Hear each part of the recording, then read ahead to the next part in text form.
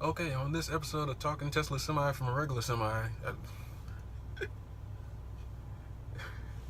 No, I'm not going to do that. Gonna talk Tesla Semi some more. Um, a couple weeks ago, the lead the lead of the trucks division from Asia, Daimler, made some comments about Tesla. I wanted to talk about that and some of the trucks that they make.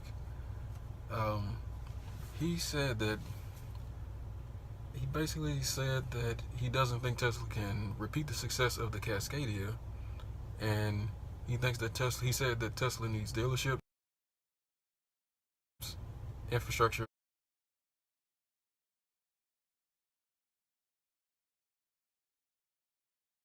and they need maintenance. He's the head of Daimler Trucks in Asia. Daimler Trucks makes the Freightliner Cascadia, and that's the #1 selling truck in the country right now.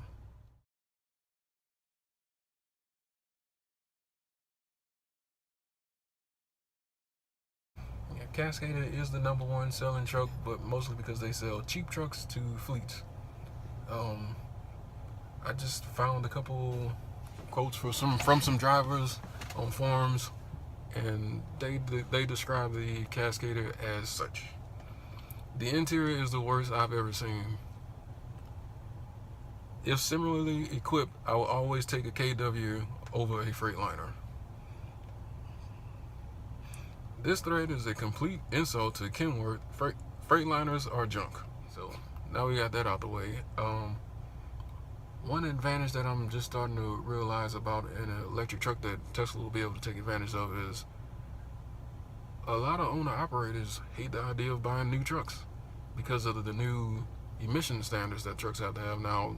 A lot would prefer to just rebuild older trucks. I found one quote where a driver says that the increased mileage drops significantly due to the regen burns and the higher temperature. That's something an electric truck isn't going to have to worry about. Any diesel exhaust fluids or any emissions or things like that. Newer trucks are required to have the diesel exhaust fluid, and that's a fluid that blows into the exhaust and it breaks down the nitrogen oxide and it turns them into nitrogen and water. There are also a lot of pros to buying older trucks as compared to newer trucks that won't necessarily be pros when those drivers compare them to the Tesla truck. One, that they're easier to repair than the newer trucks. They're less expensive to repair than newer trucks. The fuel mileage on older trucks become more predictable with age.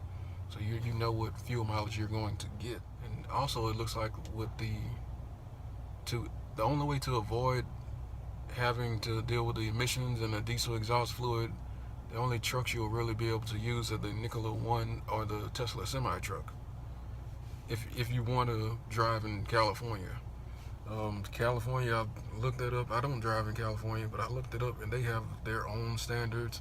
And our older trucks even had a special logo on the side to let you know that that truck can be driven in California. They have special standards for the refrigeration units on the trailers, certain tires, even certain standards for aerodynamics for the truck and trailer. And some drivers have decided that they're going to stick with their older trucks, and they're just not going to worry about driving in California, which is bad because you're still getting the pollution of the older trucks, and you're not really helping anything. So when looking at a situation when a driver wants to either get a new truck or rebuild their old truck, and now they have the option of buying a Tesla truck, now there's less advantages to rebuilding the older truck. With the Tesla truck, the main disadvantages will probably be the sticker price and just the uncertainty for the maintenance cost. Okay, we are 3 months away from the Tesla Semi unveil, and I wonder how they're going to present the truck. I'm pretty sure they're going to drive it up on stage, probably with a trailer on it, maybe with a truckload of Teslas. That would be pretty cool. There's supposed to be something that nobody's expecting, something that hasn't been announced yet. I wonder what that could be.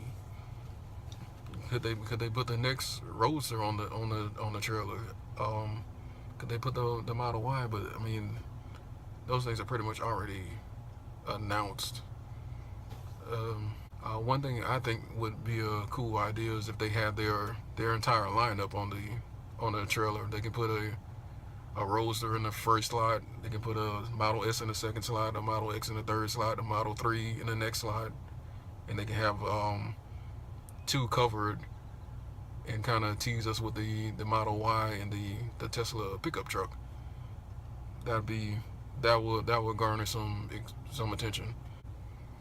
Or they might just do it the standard way, just roll it out there with a super efficient trailer hooked up to it. Usually these have some weird wheel coverings and like fairings along the bottom, and usually something on the tail end of the trailer to reduce drag.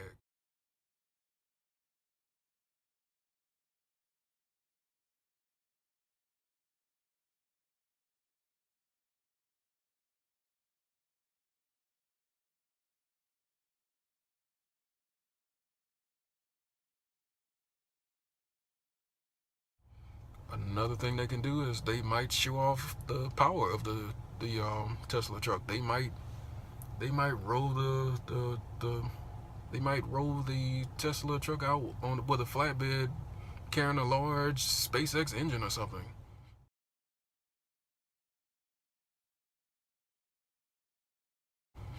Just to show off what it can do. They might show us a video of it pulling one of the Falcon rockets. But that's something I expect. It might not be a Falcon rocket, but at some course of the presentation, I would expect them to show that the Tesla semi can do anything that a regular diesel semi can do. But that is all I have for now. Those comments about the Freightliner Cascadia and how the guy made it sound like it was so great, that just made me laugh. The Freightliner is in no way, shape, or form considered that highly among truck drivers. It's pretty much Peterbilt and Kenworth solid at 1 and 2, and then maybe Volvo, Mack, and Western Star, not necessarily in that order. And then you have Freightliner and International kind of rounding up the rear. Yeah, but that's all. And I'm still in the same truck. My wife made me a curtain to cover the black window. No more glare.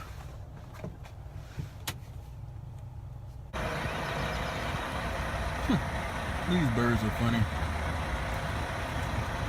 If you had a truck stop, they will walk up to the truck and they'll eat the bugs off of your grill.